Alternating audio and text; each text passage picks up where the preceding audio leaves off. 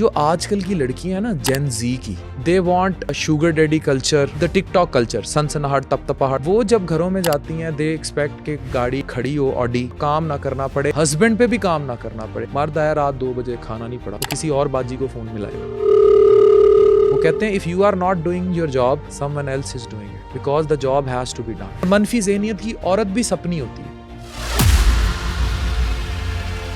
मियाँ बीवी अपने रिलेशनशिप को स्ट्रॉन्ग करने के लिए कौन सी 3 बातों का ख्याल लाजमी रखें? जो लड़की अपना मेका नहीं छोड़ती वो अपना ससुराल नहीं बसाती। इसी तरह जो मर्द अपनी माँ नहीं छोड़ता इन ए सेंस के उससे अपनी बीवी डिस्कस करता है, वो अपना घर खराब करता है। तो वो अपनी माँ बचाते बचाते अपने बच्चों की माँ खराब करते हैं। Rajab but scenario with his wife Iman, ये उन मियाँ बीवी का आपसी मामला है। बेवकूफ तरीन मर्द होता है वो दुनिया का, जो अपनी माँ के कहने पर या अपनी बहनों के कहने पर अपना घर खराब कर ले। मियाँ बीवी के दरमियान वो कौन सी छोटी छोटी बातें हैं जो कि बड़े लड़ाइयों की वजह बनती हैं? मेरे पास समीरा एक खातून आई तो शी टोल्ड मी कि मेरा जो हस्बैंड है दूसरी औरतों के साथ, उनके लिए उसके पास लाखों रुपया है, सारा कुछ है, लेकिन मैं आपको चेक कराने के लिए भी फीस के पैसे माँ से लेकर आई। औरत ना रिवेंज लेती है आपसे। अगर वो आपसे नहीं ले सकती वो आपके बच्चों से लेगी। मियाँ बीवी दोस्त होने चाहिए। अगर वो दोस्त नहीं है तो फिर वो दुश्मन है। क्या अज़दवाजी रिश्ता बदतरीन हालात के बावजूद भी ठीक हो सकता है? तलाक के लिए आप वकील के सामने भी बैठे हैं तो उसकी वापसी उसी सूरत में अगर आप। एक शौहर को मैन से सुपरमैन बनाने वाली बीवियों की क्या निशानियां होती हैं? मियाँ बीवी के रिश्ते को देखकर कैसे अंदाजा लगाया जा सकता है कि उनका रिश्ता मजबूत है या फिर कमजोर? क्या अज़दवाजी रिश्ता बदतरीन हालात के बावजूद भी ठीक हो सकता है? मियाँ बीवी अपने रिलेशनशिप को स्ट्रॉन्ग करने के लिए कौन सी 3 बातों का ख्याल लाजमी रखें? ये सब कुछ हमें बताया है डॉक्टर अफान कैसर साहब ने। शौहर को मैन से सुपरमैन बनाने वाली बीवियों की क्या निशानियां होती हैं? खातून सुपरमैन अपने शौहर को तभी बनाएगी अगर वो बेजा इंटरफेरेंस नहीं करेगी और वो उसके इश्यूज को समझेगी। ये जो अब डिजिटलाइजेशन का दौर है ना, ये इतना मॉडर्न हो चुका हुआ है और इसमें मादियत परस्ती इतनी ज़्यादा है। Keep expectations low and keep supporting your husband through thick and thin. जो आजकल की लड़कियां हैं ना जेन जी की, आपके एज ग्रुप की, जो जेन जी की, हम तो बाबे हो गए हैं, जो जेन जी ग्रुप है ना, actually they have different choices. They want older men, the sugar daddy culture, the culture in which women जो हैं, ख़वातीन जो हैं वो easy money, easy, the TikTok culture, सनसनाहट तपतपाहट। जब ऐसी लशपश और इस तरह की चीज़ों की एक्सपेक्टेशंस बहुत ज़्यादा हो जाएंगी ना कि उतरते ही लैंड करते ही घर में, और ये जो मुझे इख्तलाफ रहा है द सो कॉल्ड वल्गैरिटी के साथ साथ मैं इसको कहता हूँ मादियत की वल्गैरिटी भी, जो ये बड़े बड़े घर, गाड़ियाँ, बेशक आपने यूट्यूब से जैसे मर्जी कमा लिया, जब आप ख़वातीन के जहनों में और शादियों पे पैसे, शेरों के बच्चे, जब आप ये जहनों में ठोस देते हैं तो ऐसी जो ख़वातीन ग्रूम हुई होंगी वो जब घरों में जाती हैं दे एक्सपेक्ट कि गाड़ी खड़ी हो, ऑडी या कोई भी बड़ी गाड़ी खड़ी हो, घर बड़ा हो और आईफोन मिल जाए, लैपटॉप मिल जाए और काम ना करना पड़े। काम इन ए सेंस हस्बैंड पे भी काम ना करना पड़े, उसकी इमोशनली भी उसको ना देखना पड़े, तो ये तो कभी भी सुपरमैन नहीं बनेंगे। वो जो मिटे हुए घर की खातून है या उसकी ग्रूमिंग में ये है कि बेटी दाल रोटी है तो दाल रोटी है, शौहर के साथ चलना है। When you accept a man, you accept the man as a package, you do not accept him in pomp and show. इन्होंने कॉलेज में अफेयर्स चलाए होते हैं, कॉलेज में वो सुपरमैन होता है। शादियां मोहब्बत की अक्सर नाकाम क्यों होती हैं? क्यों? एक्सपेक्टेशंस, ठीक है, उससे एक्सपेक्टेशन इतनी ज़्यादा होती है कि वो एक्सपेक्ट करती हैं कि वही जानू मानू शानू जो है वो चलेगा, बाद में भी चलेगा, और वो रात को 2 बजे डिलीवरियां भी चलेंगी और वो गिफ्ट्स भी चलेंगे और हुसन की वो तारीफ भी चलेगी। शादी तो प्रैक्टिकलिटी पे चलती है। बिल्कुल सही, बिल्कुल कमा रहे हैं या नहीं कमा रहे, बिल्कुल नहीं कमा रहे तो उन्हें सपोर्ट करो। ये नहीं कि उन्हें ताने दो या उन्हें घरों कट दो या माँ बाप के घर जाके बह जाओ। ये करती हैं तो फिर तो सुपरमैन नहीं बना सकती। सुपरमैन बनाना है तो सबसे पहले live in his pocket. If you will live in his pocket, अगर आप मर्द की जेब में रहेंगी तब आप उसके दिल में रहेंगी। अगर आप उसकी जेब में नहीं रहेंगी, वो लोग कहते हैं ना मर्द के दिल का रास्ता उसके पेट से होके जाता है कि खाना अच्छा, मैं कहता हूँ उसकी जेब से होके जाता है। अगर आप उसकी कफ़ायत शारी देखेंगी और उसको वो रिस्पेक्ट, रिगार्ड, अटायर देंगी जितना वो पूरा कर सकता है, तो आप उसे सुपरमैन बना देंगे। And give him confidence. ये कि बड़ा कोई जरूरी, बात नहीं, तुम कर लोगे, जो तुम कर कर रहे हो मुझे लोगे, तुम पे ताने ट्रस्ट ना है। दें, एक्सपेक्टेशंस ना रखें। मतलब कितनी अच्छी वो बीवी होगी जो मर्द को कह दे कि I am happy, if you are earning 30,000 हम इसमें गुजारा करेंगे। और फिर खुद को ग्रो करें ना यार, आप सेल्फ ग्रूमिंग पे काम करती हैं, खुद को भी ग्रो करे, और मर्द को चाहिए उसको सपोर्ट करे। सपोर्ट करे, एक सुपरमैन ना बने ना घर से, 2 सुपरमैन बने। ये this is very super important. बिल्कुल सही कहा। अच्छा सर, समटाइम्स ऐसा होता है कि बीवियां बहुत सपोर्टिव होती हैं लेकिन फिर भी शौहर नेगेटिव माइंडसेट का है। अब उस सपोर्टिव औरत को उस आदत का क्या फायदा है? मनफी जहनियत का मर्द सांप होता है, मैं बड़ा क्लियर हूं, और मनफी जहनियत की औरत भी सपनी होती है। अगर नेगेटिव माइंडसेट आपका है तो अल्लाह से दुआ की जा सकती है, अनलेस अनटिल वो नहीं समझेगा हालात व वाक़ियात को। आप एक टॉक्सिक कौन होता है?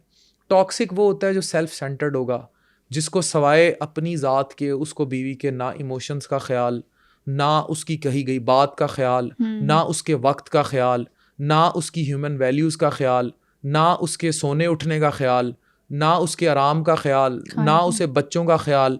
मर्द की एक किस्म होती है बेहिस, ऐसे बेहिस होंगे, बाहर औरतों में लगे होंगे, वहां पैसे उजाड़ आएंगे। मेरे पास समीरा एक खातून आई, उसका मियाँ ओवरसीज था। अच्छा। तो मुझे चेक करा के कहा, मैंने कहा you are suffering from IBS, irritable bowel syndrome. मैं अच्छा। उसका हूँ मेदे जिगर का स्पेशलिस्ट। हाँ जी। मैंने आस्क्ड हर, तो शी टोल्ड मी कि मेरा जो हस्बैंड है ये उसके मैसेजेस हैं दूसरी औरतों के साथ, दुबई में इधर उधर, वो ड्राइवर था वहाँ। अच्छा। उनके लिए उसके पास लाखों रुपया है, सारा कुछ है, लेकिन मैं आपको चेक कराने के लिए भी फीस के पैसे माँ से लेकर आई हूँ। ठीक है, तो जब इस तरह का रिलेशनशिप होता है तो for what they are caring for, यानी कि शादी हुई भी है, एक वो फिजिकली भी आपके लिए अवेलेबल नहीं है, वो इमोशनली भी आपके लिए अवेलेबल नहीं है, वो फाइनेंशियली भी आपके लिए अवेलेबल नहीं है, तो फिर शादी की मतलब उस शादी, उस टॉक्सिक, उस सांप रिलेशनशिप को कैरी करने का मकसद क्या है?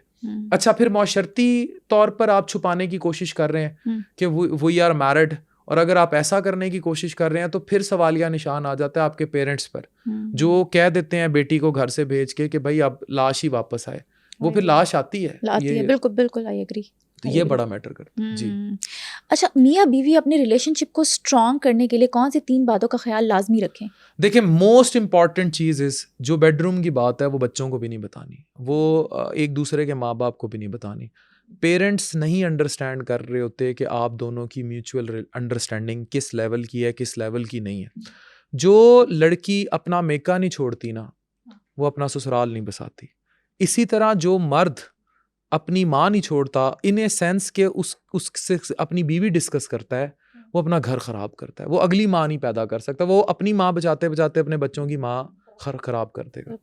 तो एक तो ये चीज़ कि आपकी आपसी बातों में कोई और अलाउंस नहीं होनी चाहिए। What I preserved, what is the backbone of my and doctor Nazish relationship, we discussed our problems with each other, no one else, and we mutually solve. Number 2, भरोसा, trust. You have to trust each other at any cost. Trust in money, trust in relationships, trust in everything. अगर भरोसा टूट जाए तो फिर relation का कोई फायदा नहीं रहता। Infidelity, disloyalty ruins everything. और इस जनरेशन के दौर में देखिए, एक वक्त था ना मर्दों को लड़कियों तक रसाई नहीं थी, अब तो खुद पीछे आती हैं। तो इसलिए यू हैव टू बी, तो ट्रस्ट, लॉयल्टी, और लॉयल्टी की डेफिनेशन भी अब मौजूदा ज़माने में क्या होनी चाहिए, किस हद तक होनी चाहिए, इस पर मेरे ख्याल से राय लेनी चाहिए माशरे में बहुत बड़े और प्रधानमंत्रियों को, लेकिन still loyalty is the key. और तीसरी इंपॉर्टेंट तरीन बात जो मुझे लगता है शायद सबसे इम्पॉर्टेंट है, रिस्पेक्ट। ओहो, वो तो मोस्ट इम्पॉर्टेंट है। आप एक दूसरे को इज्जत दें। मुझसे किसी ने सवाल पूछा कि औरत को कैसे राम किया जाता है, तो उसका जवाब था कि औरत को दूसरी औरत से राम किया जाता है। मैं इससे मतलब किसी और दूसरी औरत के को आप सामने लाके खड़ा कर दें तो पहले वाली खुद सीधी हो जाएगी। नहीं, औरत को इज्जत से राम किया जाता है। I have seen people with 3 marriages, 4 marriages. एक तो हमारे वो दोस्त भी हैं, इकरारुल हसन साहब, ठीक है, वो हर ट्रिप पे एक अद्दी को साथ लेके जाते हैं, बारियां लगाई हुई हैं, ठीक है। It means at least he is balancing his relationships. Respect दें। अगर आप अपनी खातून को इज्जत और रिस्पेक्ट दे रहे हैं और वो भी म्यूचुअल रिस्पेक्ट दे रही है, ये की है, वो आपके बहुत सारे किए गुनाह माफ कर देगी। भूल जाएगी। लेकिन तुसी बड़े घर गालां देन लई हो, गंदी गालियां माँ बहन की, और उसकी इज्जत नहीं करते, उसकी नौकरानियों बच्चों के सामने उसे गालियां देते हो, फिर वो तुम्हारे वो शजरा नसब के भी इश्क निकाल के लाएगी जो तुमने ज़माना नाइल्मी में किए थे। और अगर आपने उसको इज्जत दे दी तो शायद वो तुम्हारे करंट गुनाहों पे भी चुप कर जाए। This is most important lesson I want to give to all males. औरत ना रिवेंज लेती है आपसे। अगर वो आपसे नहीं ले सकती, वो आपके बच्चों से लेगी कि तुम्हारा बाप ऐसा है। और अगर उसने आपकी औलाद के जहन में जहर भर दिया कि तुम्हारा बाप सांप है या टॉक्सिक है या इस तरह का है, या खौफ उसके दिल में बिठा दिया, तो बूढ़ा तो होना है। And you will lose lot of things in life. बिल्कुल। औरत बदला लेगी। ये नहीं हो सकता जितनी मर्जी आपसे वफादार हो, जितनी मर्जी लॉयल हो, अल्लाह ने औरत को ऐसा पैदा किया है इमोशनली, वो ना भी लेना चाहे तब भी वो आपके बच्चों से ज़रूर वो कुछ शेयर कर देगी और उन्हें नज़र आ जाएगा। तो फिर देन अल्टीमेटली आप अपनी औलाद लूज कर देंगे। आज अपनी बीवी को गाली देंगे, कल वही गाली आपको आपका बेटा आपको देगा। क्योंकि औरतें जो है ना इमोशनली ड्राइवन होती हैं, मर्द नहीं होते, वो लॉजिकल होते हैं, और औरतें इमोशनल होती है, वो कहीं ना कहीं आके ना अपने इमोशंस दिखा ही देती है। ये बात भी है, लेकिन कुछ मर्द भी बड़े इलॉजिकल होते हैं आजकल के दौर में। मर्द भी बहुत, मैंने औरतों को बड़ा सियाना देखा है। मैंने 18 साल की से मेरा एक लड़की देखी, she was even wiser than a 60-year-old male. अच्छा। बिकॉज शी लॉस्ट समवन, और फिर उसने शादी की अपने पेरेंट्स की मर्जी से, और वो कमिटेड रही उस मर्द के साथ जिसके साथ उसके माँ बाप ने उसको बांध दिया। और मैं अक्सर ये बात रिपीट कर चुका हूँ कि खुदा की वली होती है वो औरत जिसने अपना इश्क कुर्बान किया हो अल्लाह की रज़ा के लिए। पेरेंट्स की रज़ा इज़ अल्लाह की रज़ा, और फिर उसकी वफादार रही हो, और फिर वो सजदों में गिड़गिड़ा के अगर दुआ मांगेगी ना अपने शौहर और बच्चों की सलामती के लिए, जी जी, तो अल्लाह मियाँ उसके पिछले किए का भी सवाब देगा। क्या बात है, तो वो तो अल्लाह की वली है। सुभान। तो औरत जो है इश्क मर्द से गहरा करती है, और औरत जब कुर्बान करती है इश्क, तो वो शायद मर्द से बड़ी कुर्बानी देती है। बिल्कुल बिल्कुल। अच्छा, आप ये बताएं कि मियाँ बीवी के दरमियान वो कौन सी छोटी छोटी बातें हैं जो कि बड़े लड़ाइयों की वजह बनती हैं? छोटी बातें, बहुत ही छोटी बातें। लून ज्यादा पा देता है सालन इच, कपड़े इस्त्री नहीं कीते, ये चीज किधर रख दी। और घर में अक्सर लड़ाइयाँ या तो थर्ड पार्टीज कराएंगी। जिन घरों में सर्वेंट्स हैं वो जाके चेक कर लें, उनमें घर वजह ड्राइवर, नौकरानियाँ, इस तरह के लोग कराएंगे। इवन नौकरानियाँ तलाकों की वजह बन जाती हैं। ये नहीं कि साहब उनके साथ सेट हों, इधर की उधर, उधर की इधर। और थर्ड पार्टीज, पेरेंट्स ऑफ सन या बीवी के माँ बाप और उनकी इंटरफेरेंस। तो ये वाली जो चीज़ें हैं, सबसे ज़्यादा लड़ाई थर्ड पार्टी इंटरफेरेंस होती है।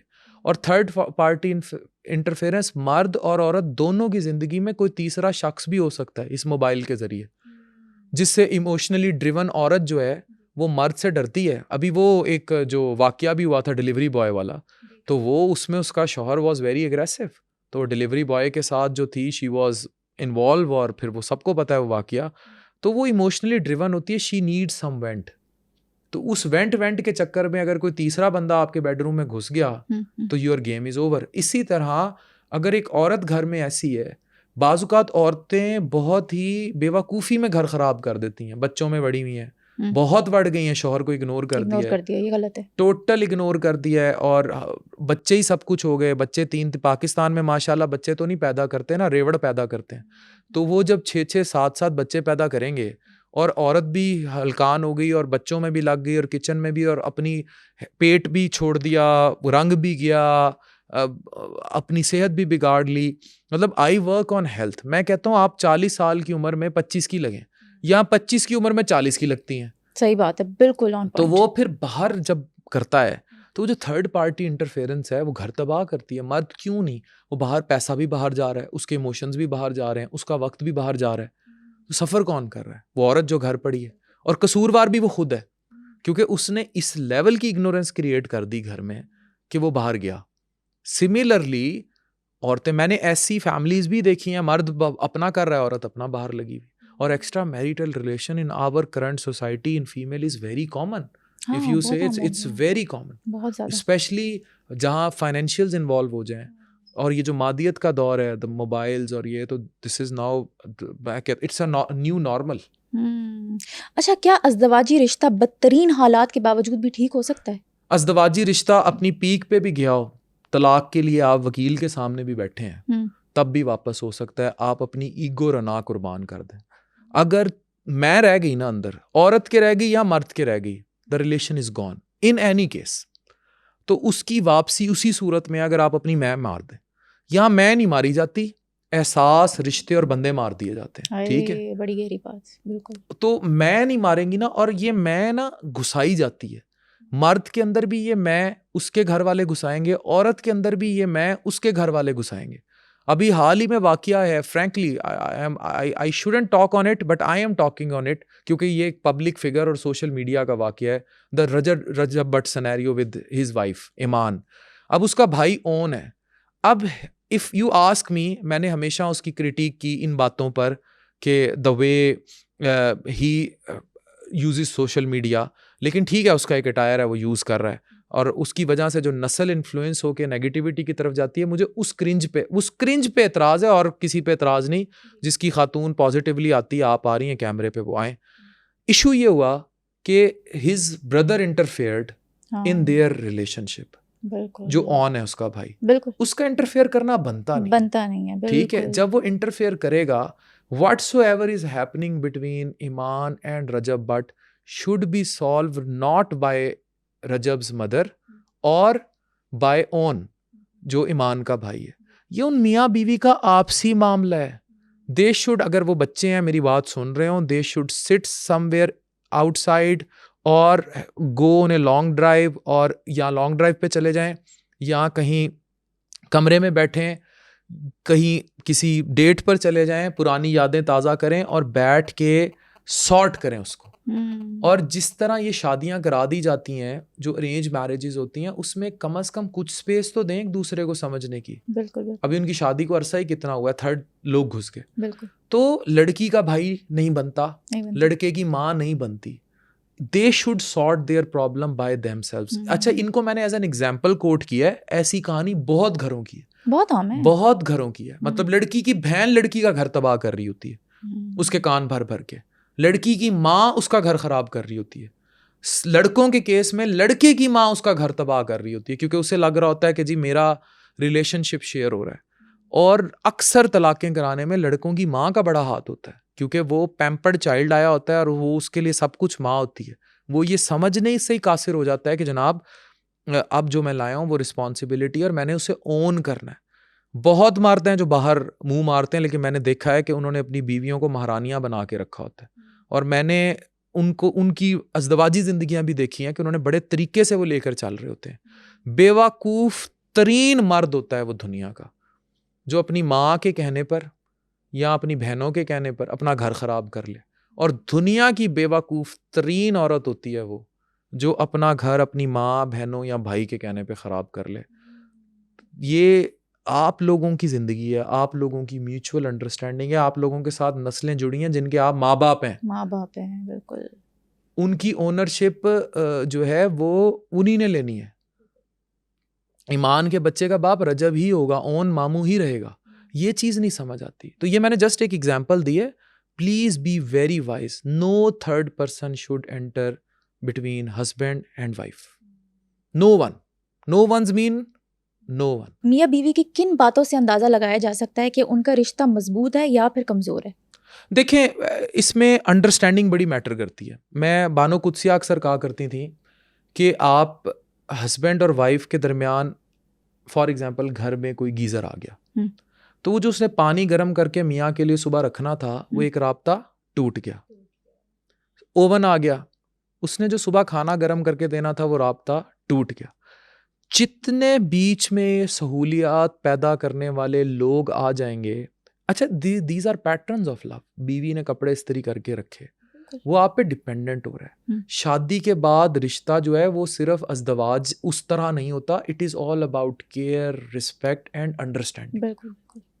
इन तीनों में से एक भी चीज़ लूज हो रही है, केयर नहीं कर रही, मर्द आया रात 2 बजे, खाना नहीं पड़ा घर, ठीक है, ही विल लूज रिस्पेक्ट, वो किसी और बाजी को फ़ोन मिलाएगा, ठीक है। इसी तरह कपड़े इस्त्री नहीं है, ग्रज करेगा, गुस्सा करेगा, 1 दफ़ा 2 दफ़ा 3 दफ़ा, फिर उसे कपड़े कहीं से बाहर से इस्त्री मिल जाएंगे। वो कहते हैं if you are not doing your job someone else is doing it because the job has to be done.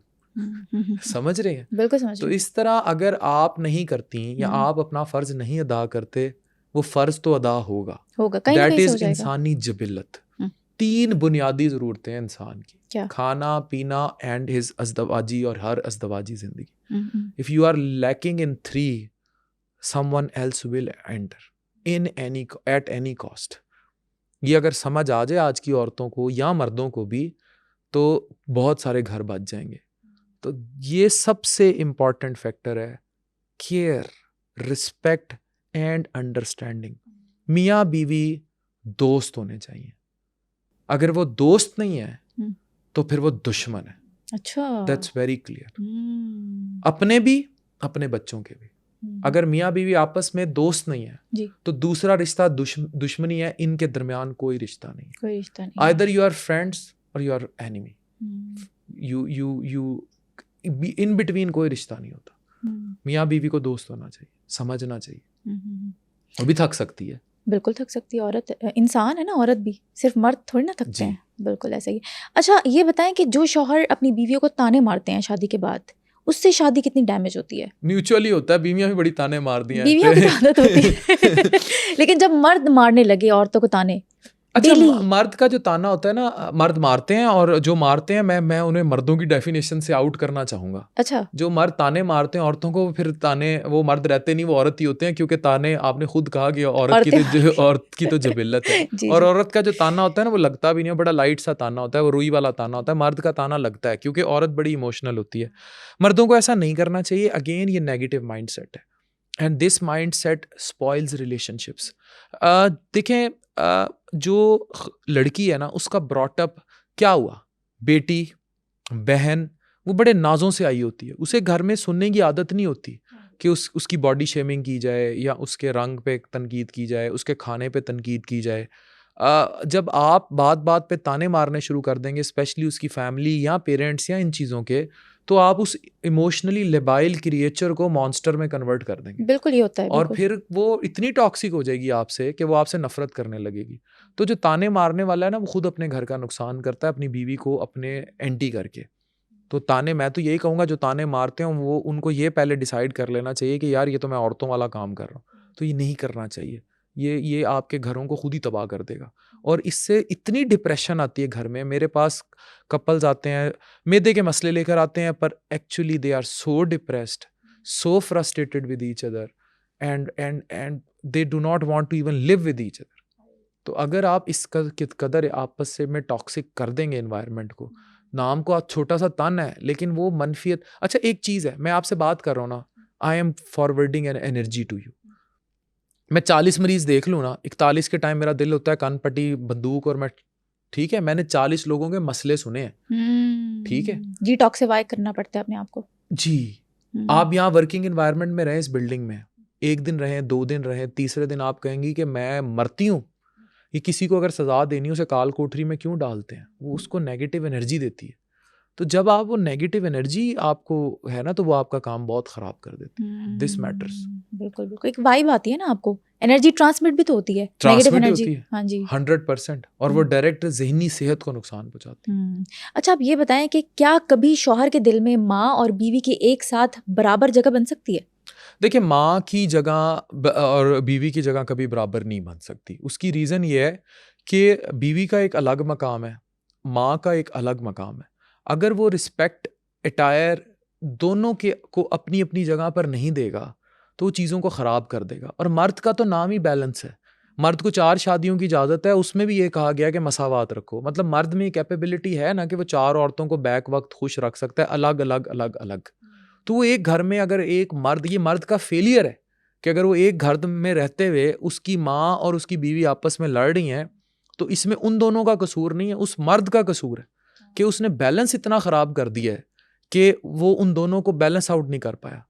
उसका काम था कि अपनी बीवी को से अपनी माँ की इज्जत कराता, और उसी का काम था कि अपनी माँ को टेम करता, बताता, समझाता, बीवी को वो रिस्पेक्ट, वैल्यू, अटायर देता कि उसकी माँ उसकी बीवी की भी एटलीस्ट इज्जत करती, शफकत भरा हाथ रखती।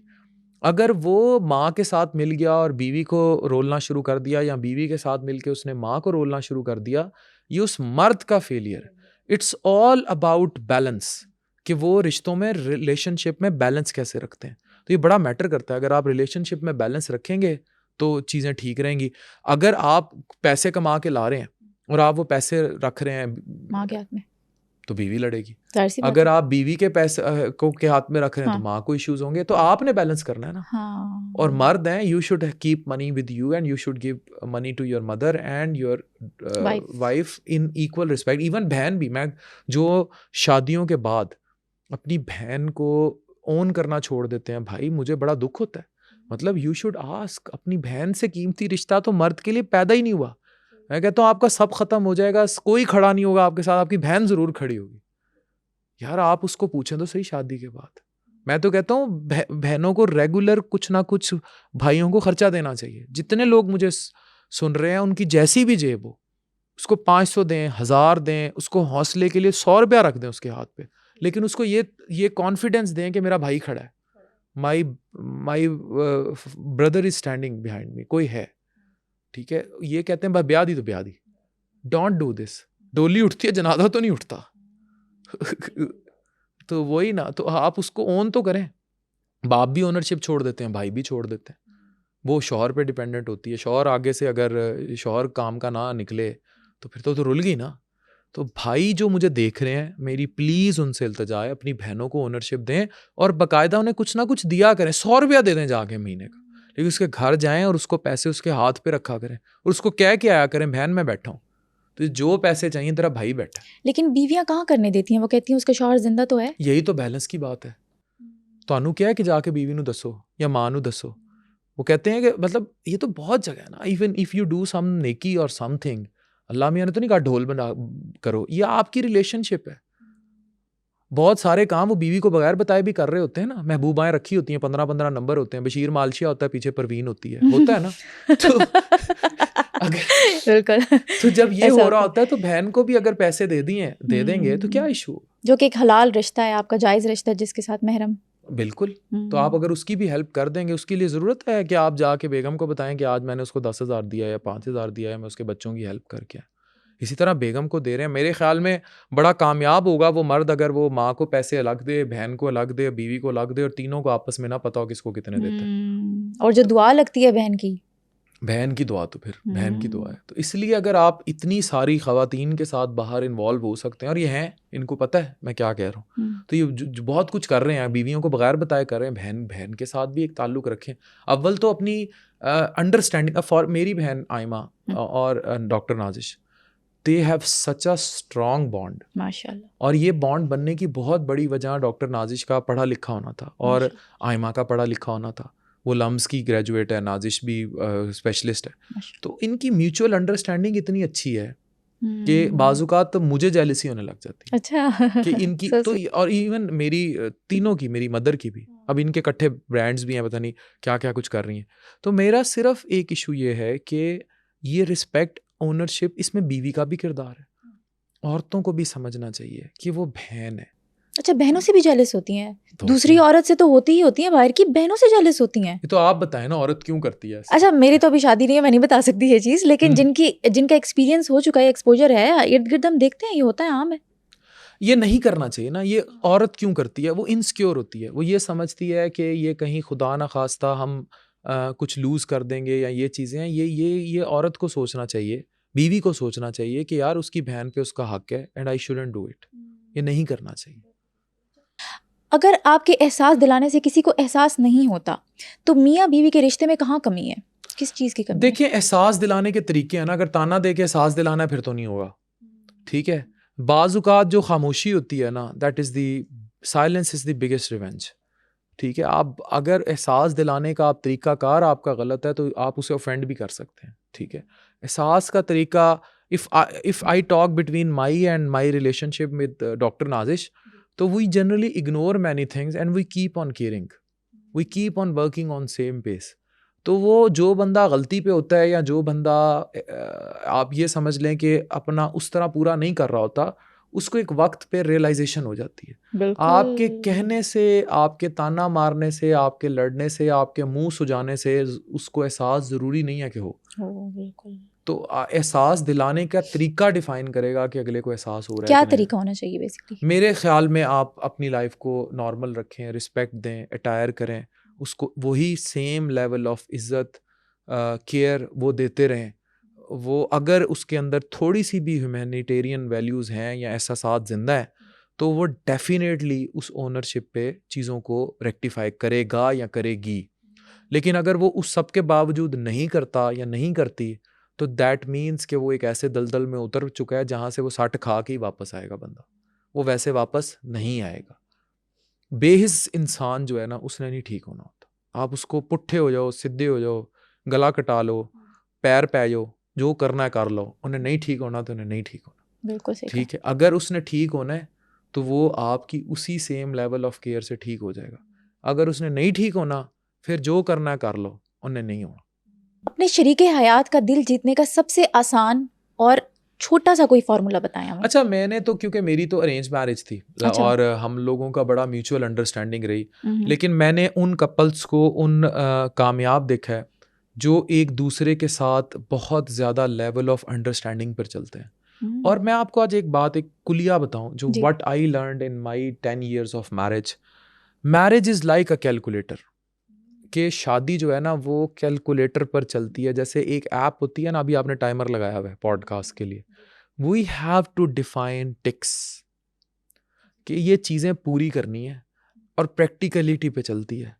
अगर एक्सपेक्टेशंस आ गई ना, जानू मानू शानू बर्थडे ते केक नहीं लियाया, 12 बजे मुंह चुक के आ गया, इस दफ़ा मैंने रिंग गिफ्ट नहीं की, अगर ये आपके माइंड में चलता रहेगा ना हर वक्त, या वो कहेगा अच्छा इसने मेरे लिए ये नहीं किया, या मुझे शर्ट गिफ्ट नहीं की, expectations, they will रूइन your relation post marriage.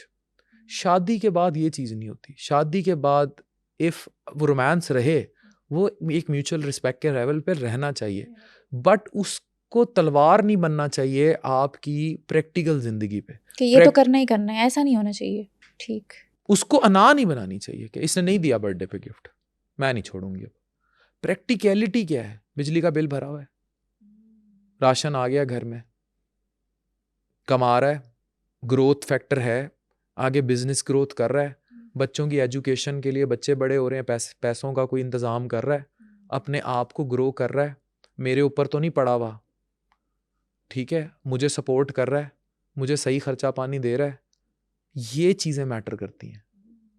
ये मैटर नहीं करता कि उसने आपको सोने की रिंग दी थी बर्थडे पे, रिंग दी थी बर्थडे पे तो अगला पूरा साल खर्चा नहीं देता।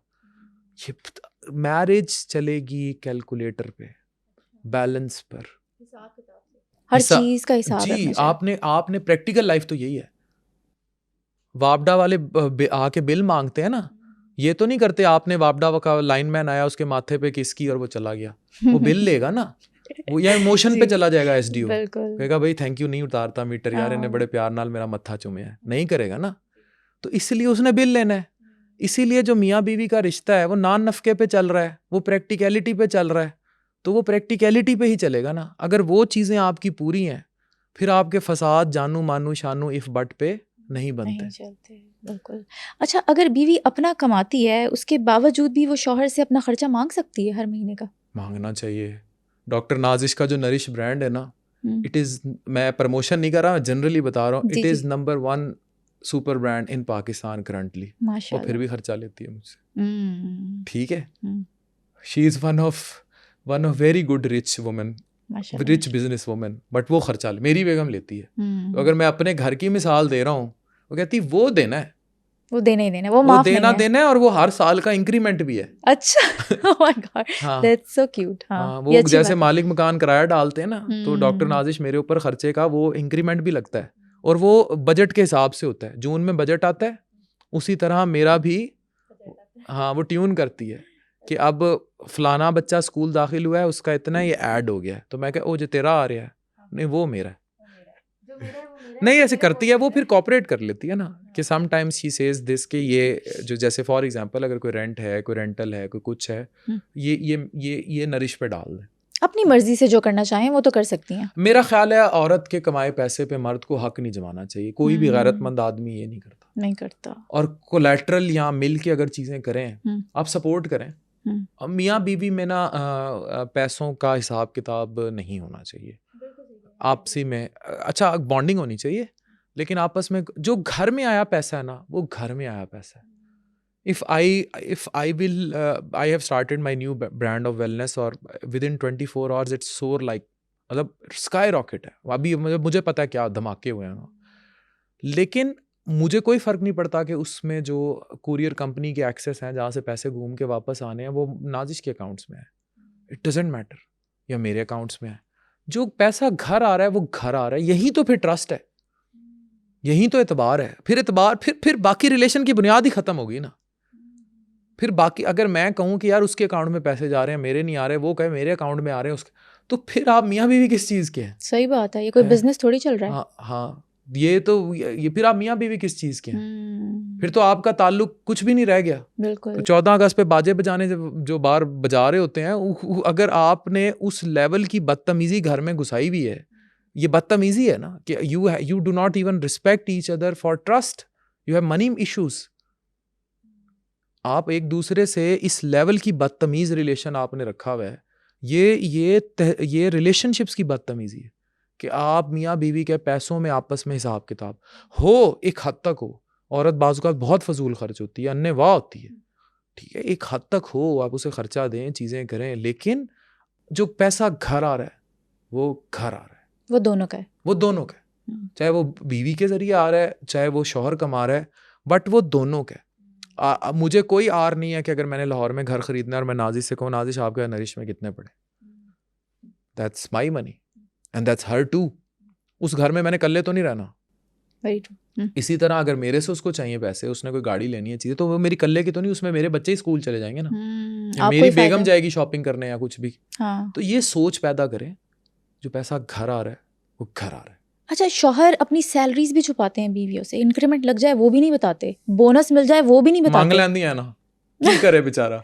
लेकिन गलत है, ये बीवी का हक बनता है। बीवी से पैसे नहीं छुपाने चाहिए। एक पाकिस्तानी माशरे में सोच है कि बेगम को आपकी इनकम नहीं पता होनी चाहिए, लेकिन बेगम नू पता होंदी है, मैं इन्होंने दस दियाँ, ठीक है, ये जिन्ना मर्जी लुका लैन उन्होंने पता होंदी है। लेकिन बाज़ुकात अब ये इस बात से भी डरें उसे ज़्यादा ना पता हो। बाज़ुकात इनकम होती है 25,000 और पता बेगम को 50,000 का होता है, तो वो फिर बाकी 25 तो किसी खाते में होता ही नहीं, लेकिन उसके ज़हन में होता है। तो इसलिए बेगम के साथ फेयर रहें, उसको बता दें, उसको कहें भाई मैं इतना तुझे दूंगा, इतना मेरा खर्चा है और इतना, तो चीज़ों को फेयर रख के चले ना। मैंने आपको कहा again, your marriage is calculator. आपने प्रैक्टिकलिटीज़ पर पूरा उतरना है। लोग कहते हैं ना ये मेरी तवक्कुआत पर पूरा नहीं उतरा, तवक्कुआत थी क्यों? मियाँ बीवी के रिलेशनशिप में निकाह के बाद कोई तवक्का नहीं रह जानी चाहिए। You should be very good with each other, you should respect, एक दूसरे की इज्जत करें और एक दूसरे की एक्सपेक्टेशंस को लिमिट करें। मियाँ बीवी के रिश्ते में अना नहीं होती।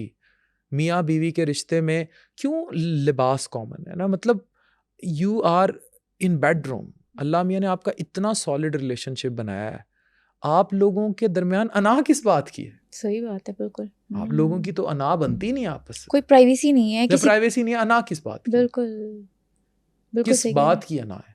उस अना पे इतने फसाद करेंगे, ये नहीं होना चाहिए, नहीं होना चाहिए, बिल्कुल। Thank you so much. Thank you Sameera, बहुत शुक्रिया, बहुत शुक्रिया। सुनो पॉडकास्ट के बहुत से ऐसे व्यूवर्स हैं जिन्होंने अभी सुनो डिजिटल चैनल को सब्सक्राइब भी नहीं किया, और अगर आप समझते हैं कि मेरे इस पॉडकास्ट से आपने कुछ सीखा या फिर समझा, तो अभी सुनो डिजिटल चैनल को सब्सक्राइब करें ताकि मैं इसी तरह का वैल्यूएबल कंटेंट आप सब लोगों के लिए लाती रहूं।